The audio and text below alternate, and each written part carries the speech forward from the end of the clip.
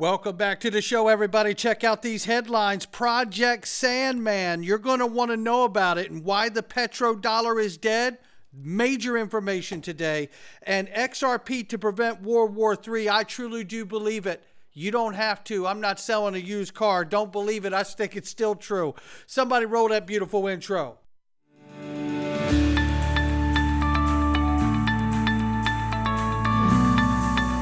Digital Perspectives with Brad Kimes. Come on in.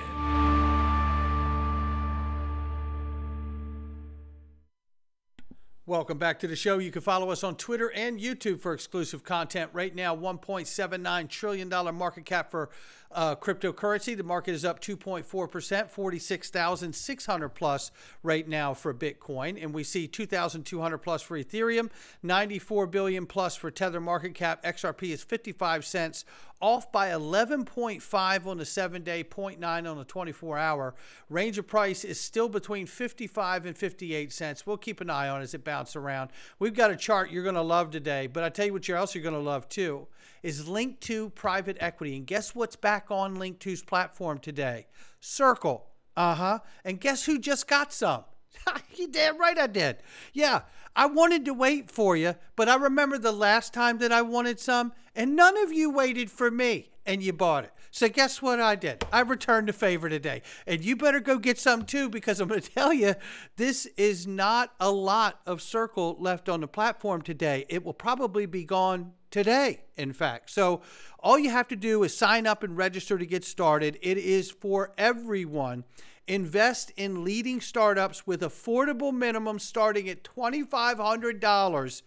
You can't afford to not take a look at this thing.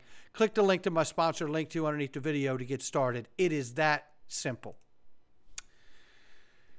We start right here. Look, we know that we're waiting. We're a day away. Maybe it's today of finding out whether the SEC is going to follow through with the approval of the spot Bitcoin ETFs, or are they going to take another step to rug pull this industry and prolong what is inevitable? I don't know the answer, but I'm hugely bullish. You know I've got exposure to it. So many other people do too. We know a lot about Bitcoin. We don't need to get into all of it today. But let's listen here to Matt Hogan from Bitwise and what he has to say. 24 basis points. That is your proposed fee. Walk us through how you arrived at that number. Well, first, thanks for having me on. Obviously, I can't speak about the ETF beyond what's in the filing, but if you zoom out, what Eric said is exactly right. We know that ETF investors care deeply about fees. The less they pay, the more they keep. At Bitwise, we've been structuring investment products in crypto for more than 7 years. So as we approach this sort of ETF era of crypto, it makes sense that the products are fine-tuned for that market. I think investors are going to be happy once we get to that ETF era. It's a win for investors, and the issuers, we can work with it. It's definitely a functional price point. So we're excited about it. So what's your take on why Grayscale has cut its fees down to 1.5%, but is still leagues above what everyone else is doing? It's an interesting situation. I probably shouldn't speak about a competitive product, but it will be interesting to see how this market develops over time and what investors do. There's certainly analogs in the history of the ETF market of having significant differences in expenses between competing ETFs. And I think the right ETF will find the right investor. No doubt about it. But what I'm pointing out here before we go into the rest of this information today is the great shiny distraction. And listen, I'm hugely positive for Bitcoin, but this is an investment product. There's a much larger narrative going on here in this space. And I believe in a couple ways, these new ETFs that are going to be rolled out, I believe we will see it rolled out. We'll see if we don't. And if it's not today or tomorrow, it's going to be in the future because the courts have already ruled. And remember, the SEC runs the real chance of being sanctioned from crypto should they pull some kind of rug pull on these products. Remember, they were forced into this position by judges' ruling. So I see this as a great distraction away from gold itself, which is why I tell you to go to Miles Franklin, put dig gold in the subject box and get you some physical gold, because that's what the central banks are doing. They're not buying Bitcoin. The other part of this is that all of these are the talk of the town right now, but there's a much larger event taking place. We're going to get into that as we move through the material, but I want to go over this first because Fred Rispoli suggests that the SEC silence might indicate a shift towards a more cooperative stance with Ripple, despite the lawsuit's previously hostile nature. Now, going into this, there was a thread here from Fred Rispoli, and I want to see if this has it in here because it was so great what he said. And in fact, let me just pull that up very quickly from yesterday. All right, here it is. Here's the thread. And shout out to Fred Rispoli, who's just kicking ass on this space. I love it. He says, SEC versus Ripple has been quiet. Too quiet? Completion of damages related to discovery is February 12th. I'm surprised we haven't seen any SEC discovery motions filed, given how hostile this litigation has been. I would expect to see one filed at least a week or so, he says here, before the deadline. Otherwise, that means Ripple and the SEC are playing gasp, nice. At this point, my thought process is one of two outcomes. SEC gets the discovery at once, reviews it, and the parties finally settle. If not, this will be dragged out through damages and briefing, which concludes April 29th, with a ruling likely in the early summer. SEC will lose most of what it wants under this route, so it should really take an easy win given its mounting losses in court, which may include a whopping loss against Coinbase by then. Who knows? Jeremy Hogan comes in and says, yeah, it has been awfully quiet, hasn't it, Fred? Making me nervous. Fred says, I'm just hoping the SEC realizes the L they have with Ripple and is moving on to other endeavors, shakedowns, because the negative to the quiet is the SEC going to move through this fast and then take the fight to the Second Circuit. That is the concern, right? That is the concern. So we'll have to see what happens. Shout out to Fred Rispoli and Jeremy Hogan for chiming in there. Now, this is why I say Bitcoin, the ETFs are the great distraction to gold and the real narrative that's going on in the world. Russia announced that 2024 is going to be a big year for cross-border payments and central bank digital currencies. Covered that in the first video today. Russia announces that 30 new countries have applied to join BRICS alliance, potentially increasing its membership to 40. This would absolutely put more than half of the world's population in the BRICS coalition and over 80% of the world's oil production already there now. But stay with me. 100 plus nations have a global agreement now being deployed called Project Sandman to drop and end dominance of the US dollar and petrodollar. Prepare for change. Oh boy.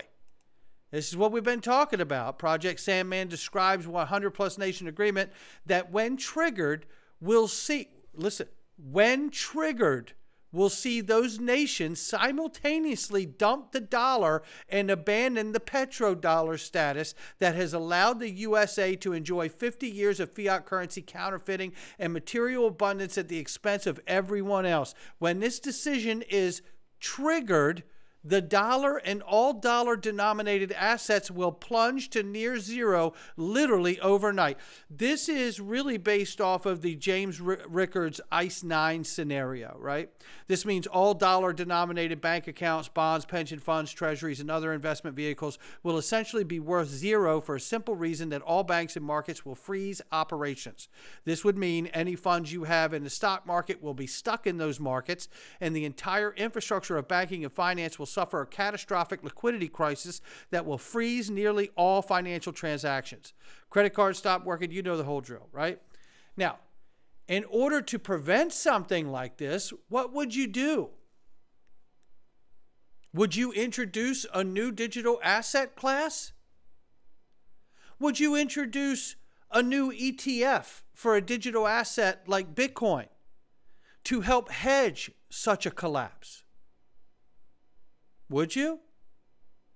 Would you introduce stablecoin legislation in the first quarter of 2024? And would that stablecoin legislation allow all banks and institutions to release and issue their own stablecoin, which would create a new demand for hyperinflated dollars should they be dumped in an instant from a trigger that would allow these institutions to hold these hyperinflated dollars that are being dumped at the simultaneous moment to soak up that hyperinflation and issue a digital stablecoin, which is always a dollar. Now I want to take you here, but before we go here to this chart, I want to take you somewhere else special because we're not done with you yet. I'm going to take all of you inside the freedom zone where you haven't been yet. And I'm going to take you to the strongest signal that the petrodollar is dead, ladies and gentlemen. Now, I want you to listen to this because yesterday I covered on the YouTube channel, Secretary of State Blinken arrives in Saudi Arabia for a tent meeting with the Crown Prince. And I made the comment, we weren't good enough to be received at the palace. Oh, you're going to like this. Why I tell you that the Freedom Zone has so many incredible people in it. If you remember yesterday on the channel, Digital Perspectives, we covered Secretary of State Blinken arrives in Saudi Arabia for a tent meeting with the Crown Prince. And I had made the comment that that's the lack of respect that's going on here, is that they didn't even host the Secretary of State at the palace. And I just felt like that was the reaction that I had, whether it was true or not. But oddly enough, there may be something to the sentiment that I'm feeling here, that he was not sent or received at the palace, but at a tent at an oasis in Saudi Arabia. Take a look at this. Now, this just recently happened. And obviously, I'm bringing this up because I believe, first of all, they talked about the relationship between Saudi Arabia and how they're backing Hamas and basically saying the Israel-Hamas conflict is an issue and they don't want to see the U.S. get involved, right?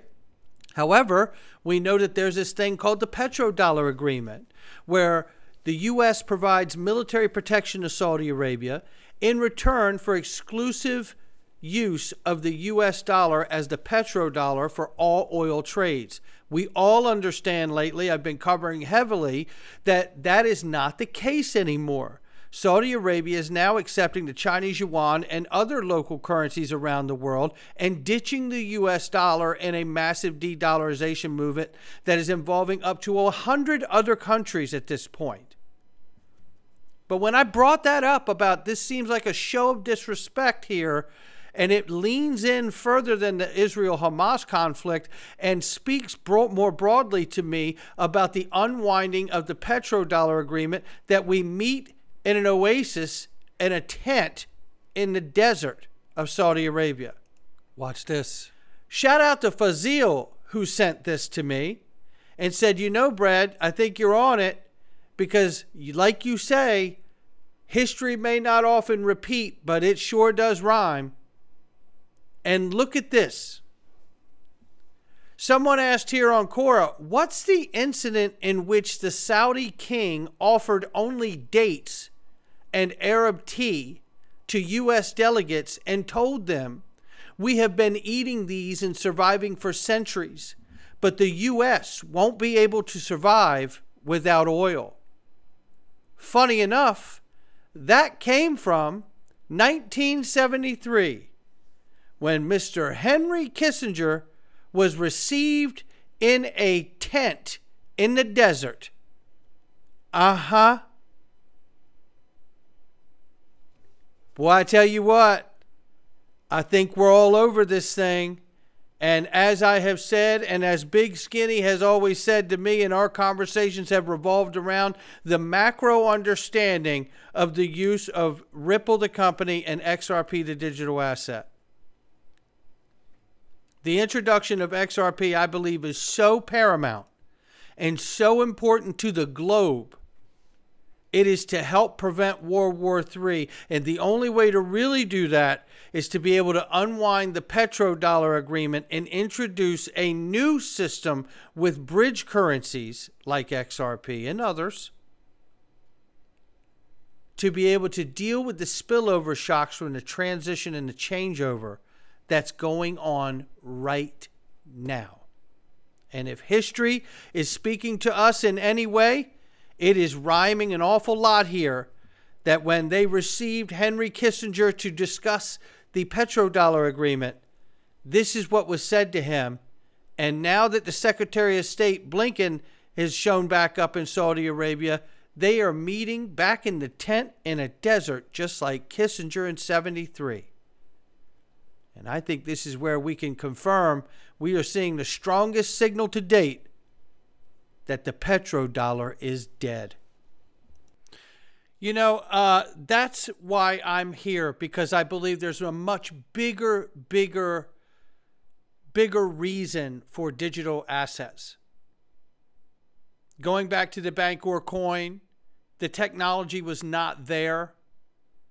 Bridge currency doesn't have to be the Bancor coin. There is a huge difference. We've gotten into that on the channel before, and I've certainly gotten into it inside of the DPMG.